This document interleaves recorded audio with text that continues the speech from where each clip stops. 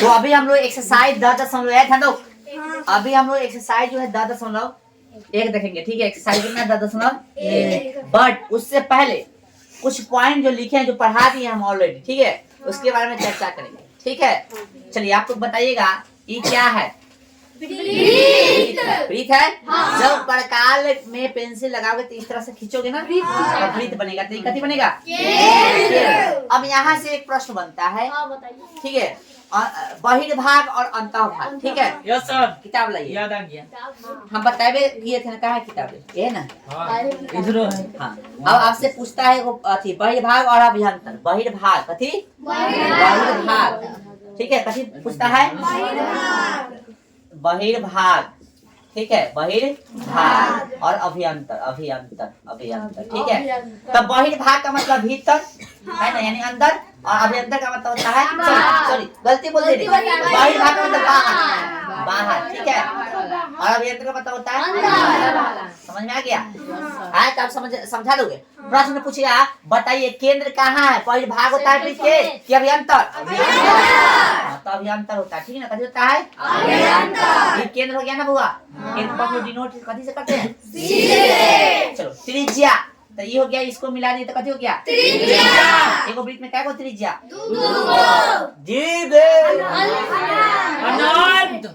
जितना मन उतना खींच सकते हैं। Yes sir. तो ये भी कथी है? त्रिज्या है। हाँ। चलो जीवा, तो कथी हो गया? जीवा हो गया। त्रिज्या खत्म, केंद्र खत्म, जीवा खत्म। चलो व्यास, ये कथी है? व्यास। व्यास हो गया, बोलो समझ आ गया?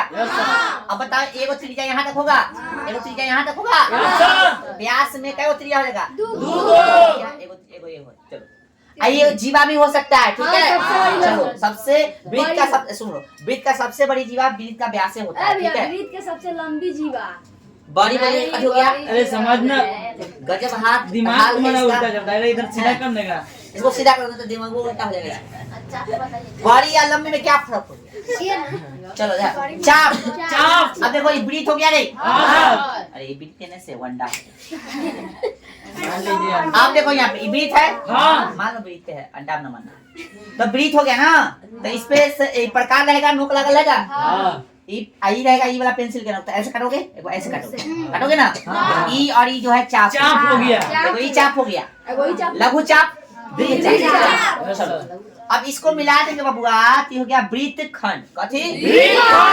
लघु वृत्त खंड, ये लघु हो जाएगा, ये दीर्घ हो जाएगा। तो लघु वृत्त खंड, गुंगा से कुछ नहीं बोल रहा है सब, गोतनी है उतर वो।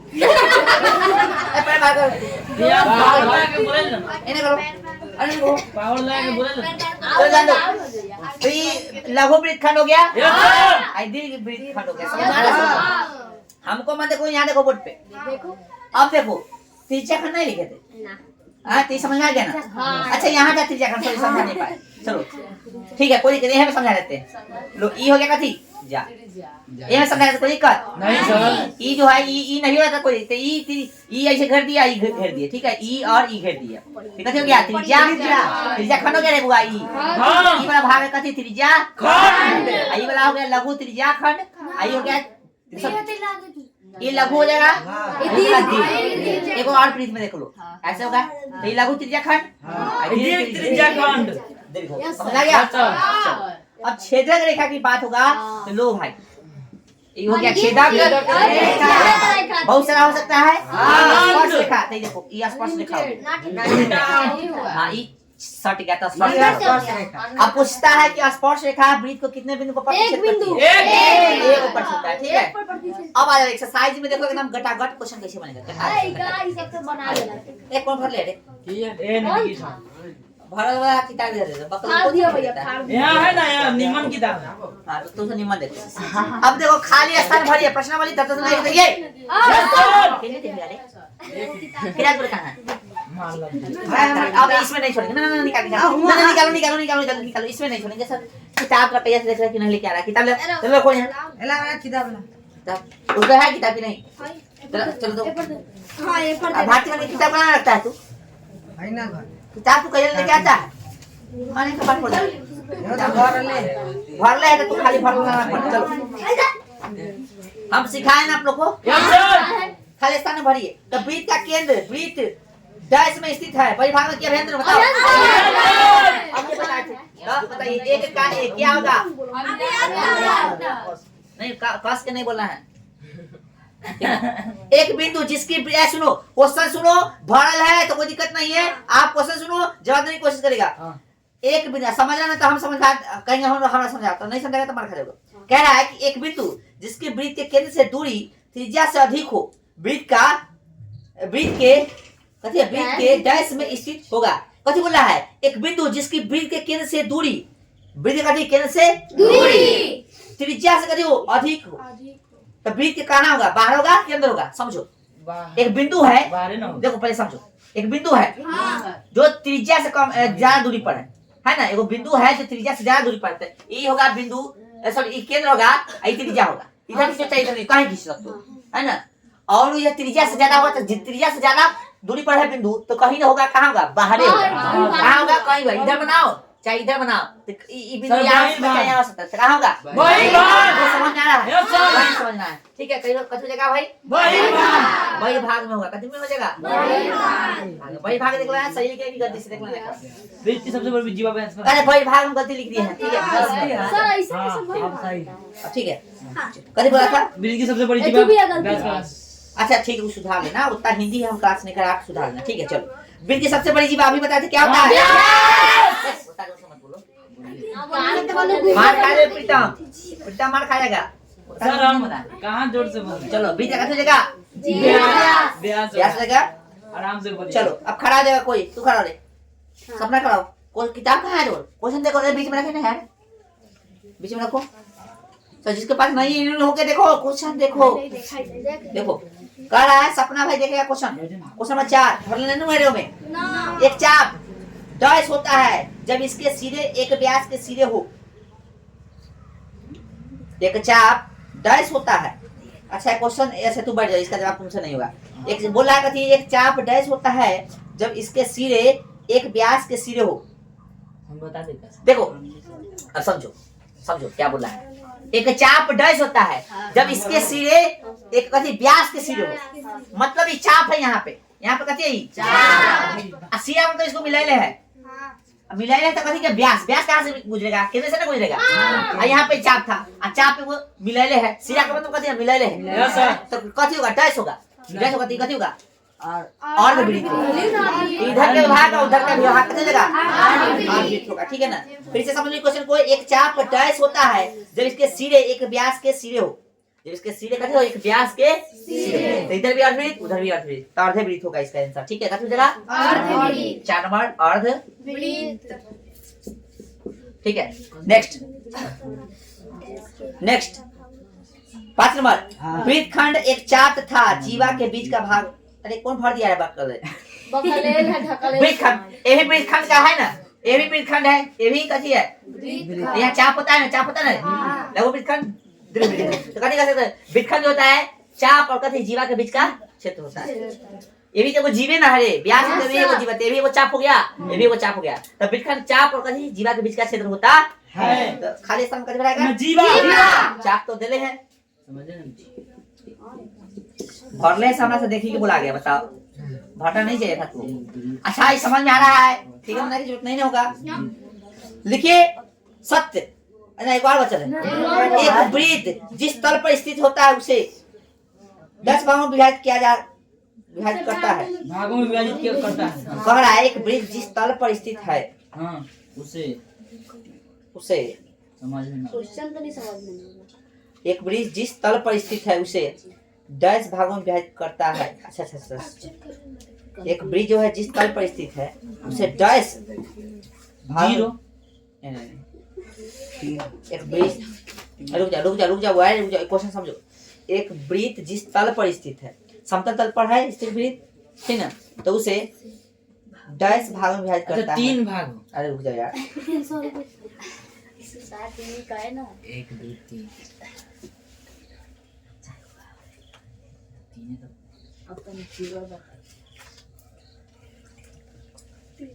एक वृत्त जिस तल पर स्थित है उसे डैश भाग में विभाजित करता है।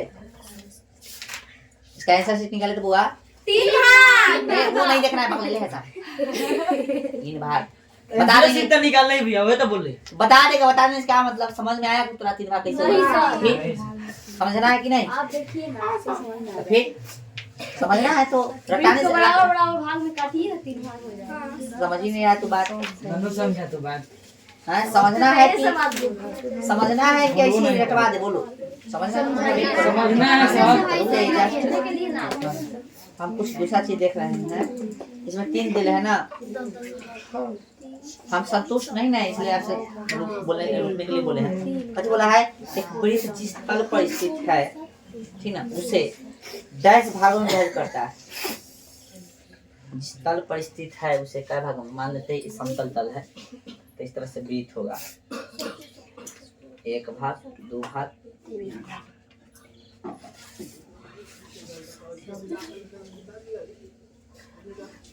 एक वृत्त जिस तल पर स्थित है उसे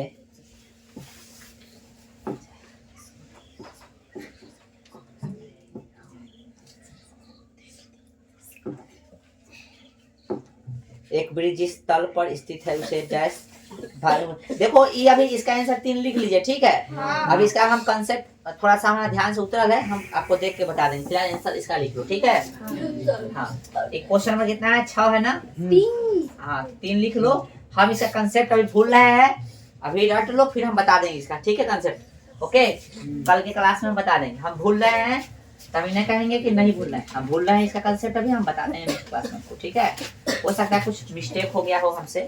चलो नेक्स्ट क्वेश्चन देखो, 2 नंबर ए बाद में लिखना दोस्त, सत्य असत्य लिखिए सत्य या असत्य, अपने उत्तर के कारण दीजिए, ठीक ना, कारण हम समझा देंगे, लिखेंगे नहीं। चलो समझो, केंद्र को वृत्त पर किसी बिंदु से मिलाने वाला रेखाखंड वृत्त की त्रिज्या होती है।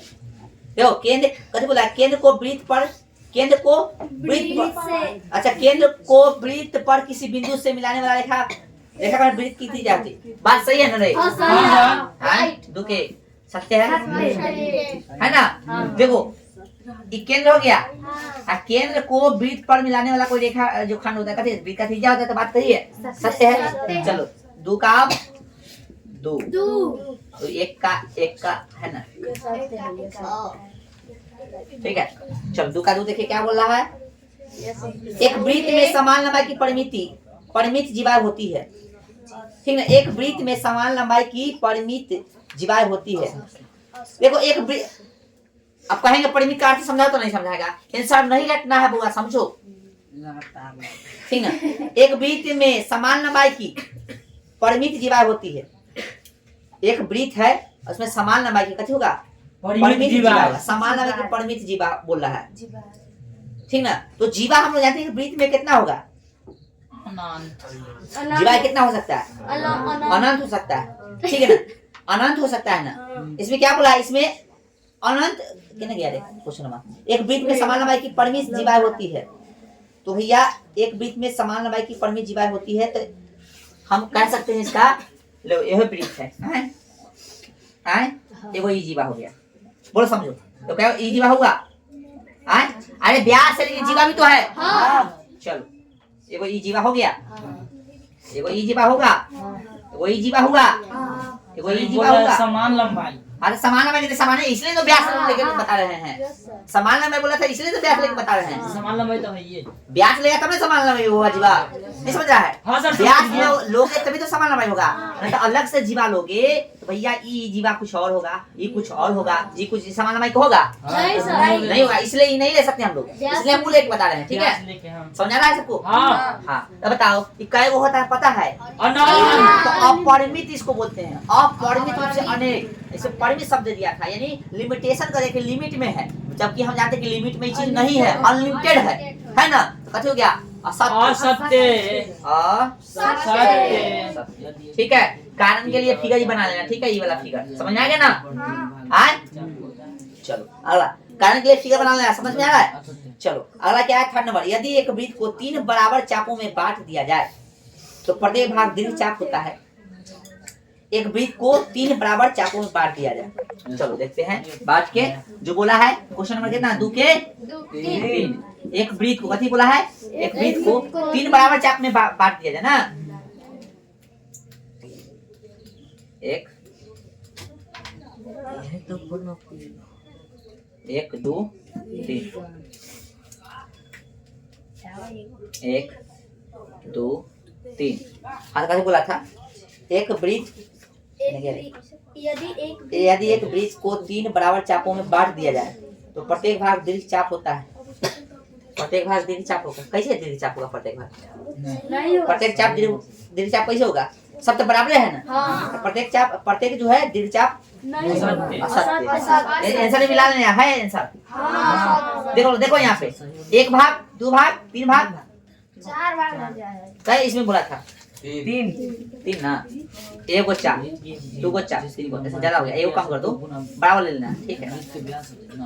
और सही अब अगले थोड़ा सा आगे निकल लेना। अब देखो 1 2 3 हो गया। तो समझ में आया असत्य क्यों होता है? फिगर इसके लिए बनाना। अब 2 के कितना लिखोगे? 4 4 में देखिए वृत्त की एक जीवा जिसकी लंबाई त्रिज्या से दुगनी हो। वृत्त का कथी है? व्यास है। बिल्कुल सत्य है। कौन कौन समझ गया भाई? कैसे बोला है? वृत्त की एक जीवा जिसकी लंबाई वृत्त की त्रिज्या से कथी है? दुगनी। तो त्रिज्या के दुगनी को व्यास कहते हैं। तो बता ले हम। अगला 5 नंबर त्रिज्या खंड जीवा एवं संगत चाप के बीच का क्षेत्र होता है। बिल्कुल सही है।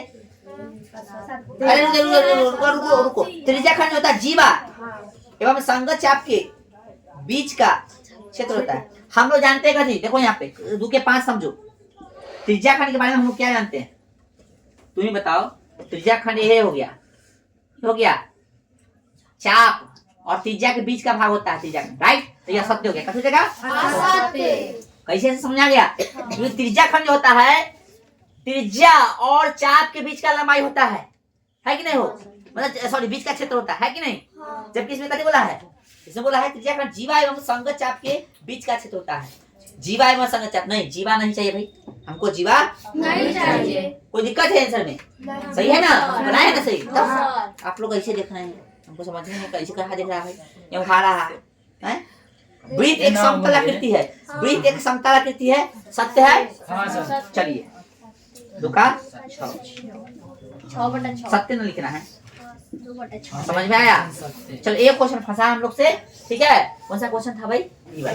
इसको हम लोग कल देखेंगे। और आज हमने क्या किया है इसको समाप्त कर लिया है। जो भी चीज आपको पढ़ाया है जाके एक बार अच्छा से रिवाइज कर लेना। फिर हम लोग पढ़ने कल देखेंगे। ठीक है करना पड़ेगा।